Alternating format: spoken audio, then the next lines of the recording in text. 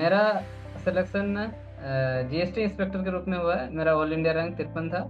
और मैं झारखंड से बिलोंग करता हूँ। अभी मैं बैंगलोर में रहता हूँ। पिछले 2 साल से मैं एमटीएस के रूप में काम करता हूँ इनकम टैक्स डिपार्टमेंट में। ये डेली था, डेली हाँ। आप मॉक लगाते थे?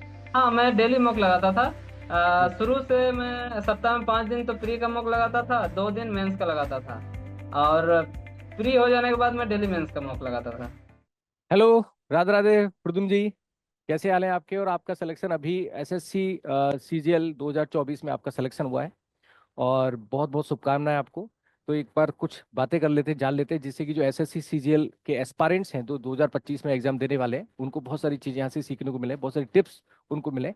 तो पहले तो आप बता दीजिए कि आपका सिलेक्शन किस में हुआ है, और आप पूरा छोटा सा एक इंट्रोडक्शन भी दे दीजिए अपना, प्लीज़। सबसे पहले तो मैं आपको धन्यवाद बोलना चाहता हूँ कि आपने मुझे आपके साथ जुड़ने का एक मौका दिया। मैं परदम महतो हूँ। मेरा सिलेक्शन जीएसटी इंस्पेक्टर के रूप में हुआ है। मेरा ऑल इंडिया रैंक 53 था। और मैं झारखंड से बिलोंग करता हूँ। अभी मैं बैंगलोर में रहता हूँ। पिछले 2 साल से मैं एमटीएस के रूप में काम करता हूँ इनकम टैक्स डिपार्टमेंट में। बहुत बढ़िया, मतलब पहले से आप एमटीएस के रूप में इनकम टैक्स डिपार्टमेंट में काम करते हैं। तो ये जी ये बिल्कुल। सिलेक्शन कब हुआ था आपका? ये मेरा सिलेक्शन हुआ था एसएससी एमटीएस 2020 के थ्रू। मैं ज्वाइन किया था डिपार्टमेंट 2023 में। जी। बहुत बढ़िया। तो इसका मतलब डिपार्टमेंट में रहते रहते आपने समय निकाला, और फर्दर फिर आपने सीजीएल को अगेन टारगेट किया अच्छी रैंक के लिए। और इस बार आपकी रैंक आई 53, जो कि बहुत मतलब एक अच्छी रैंक है। एक तरह से टॉपर्स है आप।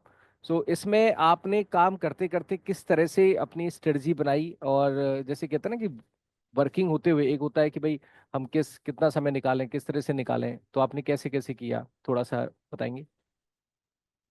जी, वर्किंग रहते समय थोड़ा अपने आप को अच्छे तरीके से संभालना जरूरी होता है, क्योंकि आपको आपका बहुत मेन समय तो आपका काम पे ही चला जाता है। तो मैं क्या करता था कि मैं ऑफिस जाने से पहले का समय को मैं यूटिलाइज करना चाहता था। जी। तो मैं जितनी भी मेरी पढ़ाई होती थी मैं ऑफिस जाने से पहले कर लेता था। जैसे मैं सुबह 3:30 बजे 4 बजे उठ जाता था। और वहां से मैं 9 बजे तक पढ़ लेता था। फिर 9:30 बजे मैं ऑफिस चला जाता था। जी। फिर वहाँ ऑफिस में जो भी अपनी काम है वो मैं फटाफट फटाफट जितनी जल्दी हो सके मैं पूरा कर लेता था। जी। और पूरा करने के बाद यदि कोई खाली समय मिलता था तो मैं किसी दोस्तों के साथ टाइम वेस्ट करने के बजाय मैं अपनी किताबों के साथ टाइम वेस्ट करता था। और क्या था कि मैं लंच वगैरह जो होता है डिपार्टमेंट में, सरकारी गवर्नमेंट जॉब में, ऐसे तो है आधा घंटा का, लेकिन आदमी कम से कम 1.5 घंटा ले ही लेते हैं सर। जी। तो उसके वजह से क्या होता है कि उस टाइम में आप या तो घूम सकते हो, फिर सकते हो, जो भी करना है कर सकते हो। यहाँ जी। बेंगलोर का ऑफिस तो ऐसे है जैसे लगता है कि आप कॉलेज में हैं। तो आपको मतलब अपना समय कहाँ लगाना है इसे, ये आपको डिसाइड करना पड़ेगा। जी। तो मैं वहाँ 5 मिनट में, 10 मिनट में, मैक्सिमम 10 मिनट में ही नहीं लगता था मेरा लंच को, मैं तुरंत 5 मिनट में निपटा लेता था। मैं घर से बना के लेके जाता था। और बाकी जो 1.5 घंटा समय बचता था जिसमें आदमी घूमते थे, खेलते थे, मस्तियां करते थे, वो उस समय मैं अपना पढ़ाई कर लिया करता था। जी। और उसी प्रकार जो भी है कि अपना काम को करने के बाद जो समय मिलता था ऑफिस में पढ़ लेता था। ऑफिस में मतलब जितने भी मेरे बॉस थे वो भी सपोर्टिव थे। वो काम करने के बाद वो कभी मना नहीं करते थे कि आप मत पढ़ो। वो तो जी। हमेशा सपोर्ट करते थे कि आप पढ़ाई करो। फिर जी। उसके बाद ऑफिस से जाने के बाद भी मैं 1-2 घंटा, फिर ऑफिस से जाने के बाद मैं मॉक मार लिया करता था। जी। क्योंकि ऑफिस से जाने के बाद क्या होता है कि बहुत सारी चीजें होती है ना ऑफिस में। तो आपका माइंड कभी कभी डाइवर्ट भी हो जाता है। तो उसकी वजह से डिस्ट्रैक्शन वगैरह हो जाते हैं, तो पढ़ाई में फोकस नहीं बैठ पाता है। लेकिन वहीं आप यदि मॉक खोल के बैठ जाओ तो आपको टाइम प्रेशर में आपको जाके आपको खत्म करना ही पड़ेगा। आप जी। ना चाह के भी मॉक में आपका मतलब फोकस बैठ जाता है। लेकिन वहीं किताब में क्या होता है कि माइंड इधर उधर चला जाता है। तो ऑफिस से जाके मैं मॉक मारता था। और जो खा ये पी के डेली मैं था सो आपका? जाता था पौने 9 बजे तक। ये डेली था, हाँ। डेली आप मॉक लगाते थे? हाँ, मैं डेली मॉक लगाता था। जी। शुरू से मैं सप्ताह में 5 दिन तो प्री का मॉक लगाता था, 2 दिन मेंस का लगाता था। और प्री हो जाने के बाद मैं डेली मेंस का मॉक लगाता था। तो मॉक आप कहाँ से लगाते थे, किस सोर्स से? मॉक मैं ओली बोर्ड से लगाता था, टेक्स्ट बुक से लगाता था। अच्छा, दो मॉक आप लगाते थे, मेंस का भी? जी। मेंस का आप फ्रिक्वेंसी कम रहेगी, डेली प्रीलिम्स का आप लगाते थे? हाँ। ओके। सो ये आपने मतलब डेली अगर हम माने तो 4 से 5 घंटे का आपका स्टडी का टाइम हो गया, चाहे वो ऑफिस जाने से पहले हो या लंच में हो या ऑफिस आने के बाद हो, हाँ। अप्रोक्स इतना। अच्छा, सैटरडे संडे, सैटरडे आपका ऑफ रहता था क्या? हाँ, सैटरडे संडे हमारा ऑफ रहता है, तो सैटरडे संडे पूरा दिन मैं पूरा दिन तो नहीं पढ़ता था मैं अपने। सैटरडे संडे में अपना, क्योंकि मैं थोड़ा खेलता उलता भी हूँ, तो मैं रनिंग वगैरह फुटबॉल वगैरह खेलने में मैं 2-3 घंटा बिता देता था। जिसकी वजह से मुझे कोई लोड नहीं आता था पढ़ाई का, या फिर स्ट्रेस नहीं आता था, क्योंकि इतना दूर आप यदि घर से दूर रहते हो, मैं अकेला भी रहता हूँ, क्योंकि आप जो काम करना चाहते हो वैसे दोस्त यदि ना मिले तो अकेले ही ज्यादा बेटर होता है, इसलिए फिर यदि आप केवल पढ़ाई में ही घुस जाइएगा तो फिर थोड़ा डिप्रेशन वगैरह का भी हो जाता है, इसलिए मैं थोड़ा खेल वगैरह में सैटरडे संडे में ध्यान देता था, तो उधर ओके। टाइम बिताता था। फिर अच्छा अच्छा, मैं मतलब कुकिंग मुझे पसंद है, तो मैं कुकिंग में टाइम बिताता था, उसके वजह से मैं पढ़ता ज्यादा नहीं था सैटरडे संडे को। कुकिंग में क्या, और जितना क्या मतलब कुकिंग में क्या फेवरेट है आपका? कुकिंग में फेवरेट का क्या ही है, फेवरेट मतलब हम्म। फेवरेट में मेरा मेरा मतलब फेवरेट कुछ नहीं है, मुझे जो मिलता है मैं ले लेता हूँ, और जो हम्म। मन करता है सो बना लेता हूँ। मैं ओके। एक्सपेरिमेंट करने में भरोसा रखता हूँ, पर मैं जो भी करता हूँ मैं देख देख के यूट्यूब में कुछ भी बना लेता हूँ। ओके, बहुत बढ़िया, बहुत अच्छे। सो यहाँ पे दूसरा सब्जेक्ट के बारे में थोड़ा थोड़ा शॉर्ट में जान लेते हैं। जैसे कि जीएस एक चैलेंजिंग सब्जेक्ट माना जाता है जब हम एसएससी की प्रिपरेशन करते हैं, तो जीएस में कैसे आपने स्ट्रॉन्ग किया?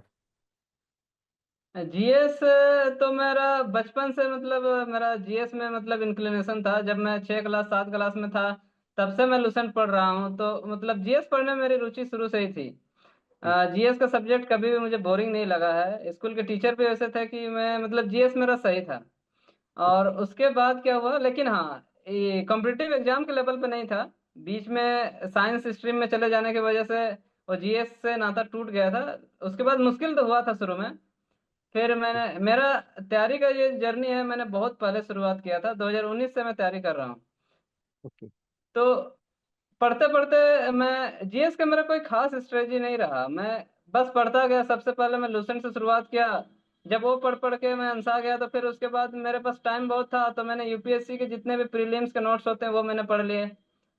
फिर उसके बाद क्या हुआ कि जीके के मतलब बहुत सारे मैंने ऑब्जेक्टिव बुक्स के क्वेश्चन कर लिए। फिर वैसे मतलब कितने सारे मैंने बुक्स जीएस के पढ़े होंगे मुझे नहीं पता है, अच्छा क्योंकि लगा। मेरा तैयारी का खेज बहुत लंबा रहा, तो फिर मैं बहुत सारे सोर्स से लिया। लेकिन यदि आप अंत में बोलिएगा जी। तो, क्योंकि उतना अब वर्किंग में आने के बाद उतना टाइम ही नहीं मिल पाता कि आप उतना पढ़ पाओगे।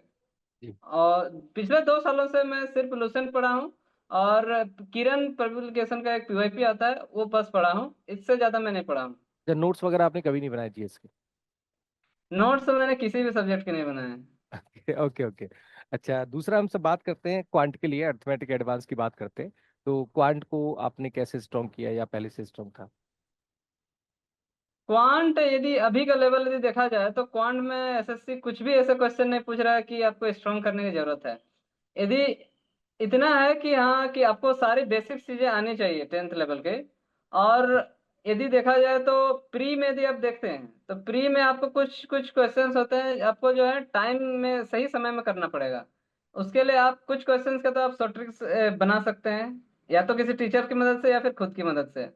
और जी। यही है कि प्रैक्टिस आपकी जितना ज्यादा प्रीवियस ईयर का कीजिएगा तो वही है, क्वांट टाइम में, मैनेजमेंट का ही खेल है। हाँ क्वांट में प्रीवियस ईयर का बहुत ज्यादा रोल है। प्रीवियस ईयर के क्वेश्चन देखे भी थे टीयर वन हाँ। में, टीयर टू में, तो पीवाई क्यू क्वेश्चन ज्यादा से ज्यादा पूछे गए थे, राइट? हाँ। जी, अब बात और करते हैं मेंस इंग्लिश। का वही है, जी। मेंस में भी वही मतलब बेसिक क्वेश्चन पूछ रहे हैं। मैं अभी जो एसएससी का पैटर्न है और आपसे मतलब वो आपका मतलब माइंड का लेवल नहीं चेक कर रहा है कि मतलब आपका माइंड कितना शार्प है क्या है। वो बस ये चेक करना चाहता है कि आपके माइंड में कितनी कामनेस है। आप यदि शांति से यदि आप क्वेश्चंस को करने बैठोगे तो आपसे गलती नहीं होगा और आप सब कुछ कर ले जाओगे। वहीं यदि आप थोड़ा सा भी पैनिक हुए या फिर प्रेशर हुए तो क्वेश्चन आसान रहे, या तो आपने ढंग से पढ़ा नहीं, या आपने प्लस को माइनस कर दिया, इसी वजह से हाँ गलती करके सिली मिस्टेक से बच्चे छंट रहे हैं, ना कि क्वेश्चन के लेवल की वजह से। बिल्कुल, प्रेशर जो है वो चीजें खराब कर देता है। हाँ। अच्छा, हम्म। सेकंड आपका इंग्लिश में क्या है? इंग्लिश में कैसे आपने? हाँ, इंग्लिश में जो था कि मेरा बहुत ही खराब हालत था। जब मैं 2019 में प्रिपरेशन करने के लिए मैं बैठा, और पहला जो मैं एसएससी का एग्जाम दिया था उसमें मेरा जो मार्क था वो नेगेटिव थे। जी। 2 एग्जाम दिया था मैं, एसएससी एमटीएस का भी, एसएससी सीएचएसएल का भी, दोनों का मार्क मेरा नेगेटिव में था। जी। लेकिन उसके बाद क्या हुआ कि मैं उसके बाद मैंने बहुत कोशिश किया अपने से पढ़ने का, लेकिन हो नहीं पाया। जी। फिर जब कोरोना का दौर शुरू हुआ, उसमें मैंने एक चीज ये पाया कि मैंने नीतू सिंह का जो है ना, स्क्रॉल करते करते यूट्यूब में उनका एक कोर्स पाया। जी। फिर मैंने उनका कोर्स ज्वाइन कर लिया। जी। उनके कोर्स ज्वाइन करने के बाद जब मैंने एग्जाम दिया तो मेरा डायरेक्ट माइनस से लेकर 19 नंबर बन गए। 19 मतलब बहुत क्वेश्चन बढ़िया। सही हो गया। बहुत अच्छे। फिर उसके बाद मैंने उनका नोट्स रिवाइज किया, उनका ही किताब रिवाइज किया। फिर उसके बाद तो मेरे कम से कम 4-5 बार तो मतलब प्री में फुल के फुल मार्क आ चुके हैं। और इस बार तो मेंस में भी 135 में 135 आ चुका था। तो इंग्लिश तो मैंने पूरा, इंग्लिश का श्रेय मैं नीतू सिंह को ही दूंगा, क्योंकि उन्हीं की वजह से मैंने माइनस जी। से लेकर फुल मार्क्स तक का सफर तय किया वो है। बहुत अच्छा पढ़ाती हैं, और उनके बहुत सटीक क्वेश्चंस होते हैं जो कहीं ना कहीं एग्जाम में भी देखने को मिलते हैं। जी। बात करते हैं रीजनिंग की। रीजनिंग जो कि बहुत आसान भी माना जाता है एसएससी सीजीएल में। जी। जी। रीजनिंग की बात कहाँ जहाँ तक यदि कीजिएगा तो रीजनिंग की खास मैंने आज तक तो कहीं से उतना लंबा सफर में कहीं मैंने किसी टीचर से खास नहीं पढ़ा है। जो भी है कि मैंने कोई बुक से ही मैंने करने की कोशिश किया है। आपसे मैं जुड़ा था रीजनिंग के लिए, सीजीएल मेंस को लेकर, वो जो क्रिटिकल रीजनिंग के लेकर जुड़ा था मैं। जी। उसमें थोड़ी थोड़ी परेशानी आ रही थी। मेंस में जब क्वेश्चन देते थे मॉक टेस्ट में तो वो बन नहीं रहे थे, या फिर मतलब वही 50-50 मामले में फंस रहा था। जी। तो फिर आपसे जब मैं कोर्स लिया, और जी। आपके जो मतलब आपने जो आपसे मैंने क्वेश्चन ज्यादा प्रैक्टिस नहीं की, लेकिन आपने जो बताया कि आपको किन किन कंसेप्ट। चीजों का ध्यान रखना है। कंसेप्ट जो बताए थे। हाँ, कंसेप्ट कि उन जो बेसिक चीजों का आपको ध्यान रखते हुए क्वेश्चंस को आपको बनाना है। फिर उसके बाद मेरे क्वेश्चन सही होने लगे, और मेंस में भी सारे क्रिटिकल रीजनिंग के क्वेश्चन सही हो गए। तो उसके लिए तो मैं आपको बहुत बहुत धन्यवाद देना चाहूंगा। जी। तो मेंस में आपके रीजनिंग में कितना फुल स्कोर किया आपने? मैंने मेरा 29 सही हुए थे, एक क्वेश्चन गलत हो गए, क्योंकि मैंने उसमें क्या किया कि मेरा सही था, वो भी मैंने बनाया सही था। लेकिन एक्चुअली था कि वो तार्किक क्रम में सजाने का था। मैंने ओके। उसमें अपना रिएक्शन लास्ट मोमेंट में चेंज कर दिया, जी। जिसकी वजह से वो गलत हो गया। वो था कि मतलब ऑर्डर में था कि पहले ये करना है कि वो करना है कि वो करना है, वो वाला था। बिल्कुल। तो उसमें वो मेरा जी। गलत हो गया।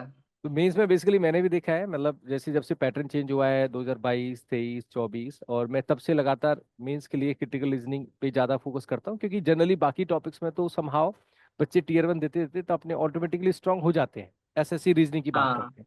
बेसिकली उनको जो जी। फंसता है वो डेटा सफिशिएंसी हो गया या क्रिटिकल रीजनिंग होगी, ये ऐसे पार्ट है जो जनरली वो कंसेप्ट में कहीं ना कहीं वीक रहते हैं, और वो हम्म। डूरिंग प्रैक्टिस नहीं करते हैं। तो मैं, मेरा हमेशा कंसर्न रहता है कि अगर, और मैंने देखा भी है कि बच्चों के कंसेप्ट को बनाया जा सकता है, प्रॉब्लम होती है उसमें थॉट बेस पे, लेकिन अगर उसको थोड़ा बारीकी से सुने समझें तो उसमें भी मार्क्स लाए जा सकते हैं। जैसे कि आपने कहा कि आपने क्रिटिकल रीजनिंग के सारे क्वेश्चंस किए, और डेटा सफिशिएंसी भी आपने किया होगा। जी जी बिल्कुल, सारे क्वेश्चन मैंने किए। जी। तो किसी तरह के चैलेंजेस आपने फेस किए, मतलब ऐसा कुछ आपको लगा कई बार कि अब ठीक है जॉब तो लगी गई है, क्या ही करना है, मतलब ऐसा कुछ आया कभी दिमाग में? एमटीएस की जॉब तो वो हमको तो दिमाग में मेरा तैयारी को लेकर मेरा कभी नहीं आया, क्योंकि मैं थोड़ा महत्वाकांक्षी हूँ। तो फिर वो तो नहीं आता, बस यही आता है कि मतलब जो अकेलापन होता है वो जी। सबसे ज्यादा परेशानी का दिक्कत बनता है। क्योंकि मेरे साथ प्रॉब्लम ये था ना, कि बच्चों के साथ प्रॉब्लम ये होता है कि उनका एग्जाम नहीं निकल रहा होता है। मेरे साथ प्रॉब्लम ये था कि मेरा एग्जाम निकल रहा था, लेकिन मैं सिलेक्शन नहीं ले पा रहा था, क्योंकि मेरा ग्रेजुएशन हुआ नहीं था। मेरा सिलेक्शन सीजीएल 2022 में भी हुआ था, 2023 में भी हुआ था। और तो और मेरा ग्रेजुएशन हुआ नहीं था। 23 में मेरा 24 दिन की वजह से मैं रह गया। तो इस वजह से मैं परेशान था कि मैं कितना दिन और ये करता रहूं, मतलब जी। फिर मेरा समस्या वही नहीं था कि मतलब सिलेक्शन तो मतलब नहीं पढ़ूंगा तो भी हो जाएगा, इतना मेरे को भरोसा था। लेकिन वही था कि मतलब वो जो आप एक ही चीज आप जब जी। करते हो लगातार लगातार, तो जी। फिर वो थोड़ा सा मतलब बोरिंग सा हो जाता है थोड़ा। मैं मतलब बहुत सारा मतलब कुछ कुछ रातें ऐसी भी हुई थी, जैसे मतलब है ना, बहुत सारा डर जाते हैं। मतलब जी। थोड़ा डर तो लग रहा था। जैसे जब एक डर, मेरा सबसे बड़ा डर था कि जब कहीं फॉर्म जब भर रहे थे ना, फोटो जब रिजेक्ट कर दे रहा था, हाँ किसी जी। किसी का फॉर्म रिजेक्ट कर रहा था, उसमें मेरे को इतना डर लगा था कि मैंने जितने ऑप्शन थे मैंने हर ऑप्शन ट्राई किया। 3 बार की 4 बार चेंज करने का ऑप्शन देता है। मैंने हर बार ट्राई किया, इनफैक्ट 700 रुपया देकर ट्राई किया। और मैंने देखा कि मेरा जो पहले वाला फोटो था वही एक्सेप्ट हो गया था। तो वो अच्छा। चीजें कि मतलब ओवर फियर आ जाता है। हाँ। और उसके बाद वो डर था, उसके वजह से मैंने कितनी रातें मैंने मतलब वो कम से कम फॉर्म एक्सेप्ट हो जाए उसके लिए मैंने कितना जी डरा था, कितनी रातें नींद नहीं आ रही थी उसकी वजह से। जी ये सब मेरे को चैलेंज था कि मतलब जी इस साल मतलब किसी प्रकार से मेरा सारी चीजें सही हो जाए। एग्जाम का डर तो मुझे नहीं था, मतलब प्रोसेस का मतलब मुझे डर था। फिर इसी वजह से मेरा क्योंकि मुझे इसी साल फाइनल लेना था तो मैं थोड़ा सा मतलब डर गया इसीलिए। वरना मेरा मार्क और ज्यादा अच्छे आ जा सकते थे, क्योंकि मैंने सारे सब्जेक्ट में, मैथ में भी एक लास्ट में रिएक्शन चेंज कर दिया, वो गलत हो गया। रीजनिंग में एक रिएक्शन चेंज कर दिया, वो गलत हो गया। जीके में भी मैंने 3 क्वेश्चन रिएक्शन लास्ट में चेंज कर दिए, जिसकी वजह से गलत हो गया। जो मैंने सही बनाए थे वो मतलब जरूरत से ज्यादा डरने की वजह से वो वैसा हो गया। ऐसा इसलिए हुआ क्योंकि मैं एग्जाम से जस्ट 1-2 सप्ताह पहले जब मैं मॉक देने लगा ना, जी। ऐसे मेरा रैंक सही रहता था, 300 400 100 इसी के अंदर रहता था। लेकिन एग्जाम से एक सप्ताह पहले मेरा रैंक अचानक 7,000, 8,000, 10,000, 15,000 चला गया। ऐसे जा रहा था। ये क्यों हो रहा था? बच्चे देख के मौक मार रहे थे कि क्या कर रहे थे कि मुझे ये नहीं पता। हाँ वो तो उसकी ये वजह से चीज। मैं जी। तो ये चीज उसकी वजह से जरूर मैं हमें, डर हाँ। गया एग्जाम में। जी जी, ये चीज हाँ हमें सीखने को भी, मतलब आगे बच्चों को भी ध्यान रखना होगा कि एग्जाम से 7 8 दिन पहले वो मार्क्स को कंसिडर ना करें। क्योंकि कई बार ऐसा होता हाँ, है रैंक मार्क्स आपकी तो ऊपर भी। नीचे हो जाती हाँ है, राइट। प्रैक्टिस करना चाहिए, हाँ लेकिन मार्क्स को कंसिडर करेंगे तो वो प्रेशर आ जाता है। हाँ। और मॉक के जो है ना कि वो क्योंकि जेन्युइन है भी या नहीं, ये भी तो एक बड़ी बात हो जाती है ना तब, कि बच्चे किस तरीके से डाटा वहां पर फीड हो रहा है। जी क्योंकि अब यदि आप साल भर यदि मेहनत किए हैं, साल भर सही रहा है, तो एक सप्ताह में वो खराब भी नहीं होगा, बनेगा भी नहीं। तो जी वो चीज एक थोड़ा प्रेशर आ गया था मेरे पे। जी। तो आपका ये मार्क्स 18 को एग्जाम हुआ था, आपका कब हुआ था? नहीं, मेरा 20 को एग्जाम हुआ था। 20 का। और आपके मार्क्स कितने आए थे बिफोर नॉर्मलाइज, जो आपने कैलकुलेट किया था? मेरा 351 मार्क था। ओके। ये नॉर्मलाइज के बाद? नहीं, बिना नॉर्मलाइजेशन। ओके, बहुत बढ़िया। और आफ्टर नॉर्मलाइज कितना दिखा रहा है आपका? नॉर्मलाइजेशन के बाद तो अभी मार्क आया नहीं है। अच्छा। हाँ, वो तो आया नहीं है, उसमें 351 आपका बिफोर नॉर्मलाइज था। तो इसमें तो रैंक आपका ठीक है, वो तो परफेक्ट, एक अच्छे मार्क्स हैं। मतलब कई बच्चों का ऐसा था कि भाई नॉर्मलाइज के बाद उनका बढ़ गया, उनको कम मार्क्स थे, तो ऐसे करके उनको लग रहा है ना। बट आपके तो 351, हाँ ये ऑलरेडी बहुत अच्छे मार्क्स हैं। और आपने बहुत ही बेहतरीन तरीके, क्योंकि आप ऑलरेडी 2022 में आपने निकाला, 2023 में आपने निकाला, आप ऑलरेडी एमटीएस की जॉब कर रहे हैं, 2019 से आप पढ़ रहे हैं। बहुत सारी चीज़ों को आपने समझा, पैटर्न चेंज को आपने देखा, चीज़ों को पढ़ा। और बहुत खुशी की बात है प्रद्युम्न जी, और हमें बहुत अच्छा लगा। अब तो अब इस जॉब को आप ज्वाइन करेंगे डेफिनेटली। जी हाँ। और मैं बता रहा हूँ कि सीएचएसएल में मेरा रीजनिंग में सारा सही हुआ था। सीएचएसएल मेंस में उसमें जी। 17 रैंक था ऑल इंडिया। तो ओके। उसके लिए भी मैं आपको धन्यवाद देना चाहूंगा, क्योंकि उसमें जो क्रिटिकल रीजनिंग के क्वेश्चन थे वो क्वालिटी वाले क्वेश्चन थे सीजीएल से। जी। तो क्रिटिकल में मतलब इसका मतलब मेरे को हर बार कोशिश करनी चाहिए और बच्चों को पढ़ाते रहना चाहिए, जिससे कि उनके जो जी मार्क्स हैं वो बिल्कुल।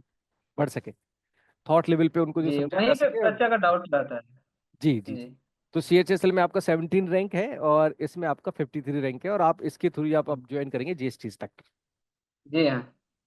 बहुत बढ़िया प्रद्युम्न जी, और हमें बहुत अच्छा लगा।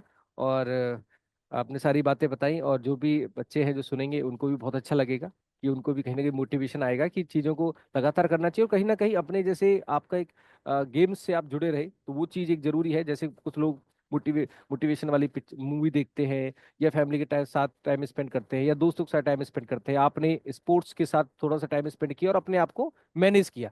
संभाव कहीं ना कहीं अपने आप को जी मैनेज करना भी बहुत जरूरी है ड्यूरिंग द प्रिपरेशन, जो आपने बहुत बखूबी रूप से निभाया। और बहुत बड़ी चीज ये भी है कि हमें एग्जाम से 7 8 दिन पहले मार्क्स को कंसर्न नहीं करना है, मतलब प्रैक्टिस करनी है। लेकिन मार्क्स कंसर्न करने से क्या होगा, प्रेशर आता है, और प्रेशर से क्या होता है, सिली मिस्टेक्स होती है, और यहाँ पे आपके मार्क्स नेगेटिव हो जाते हैं। जी।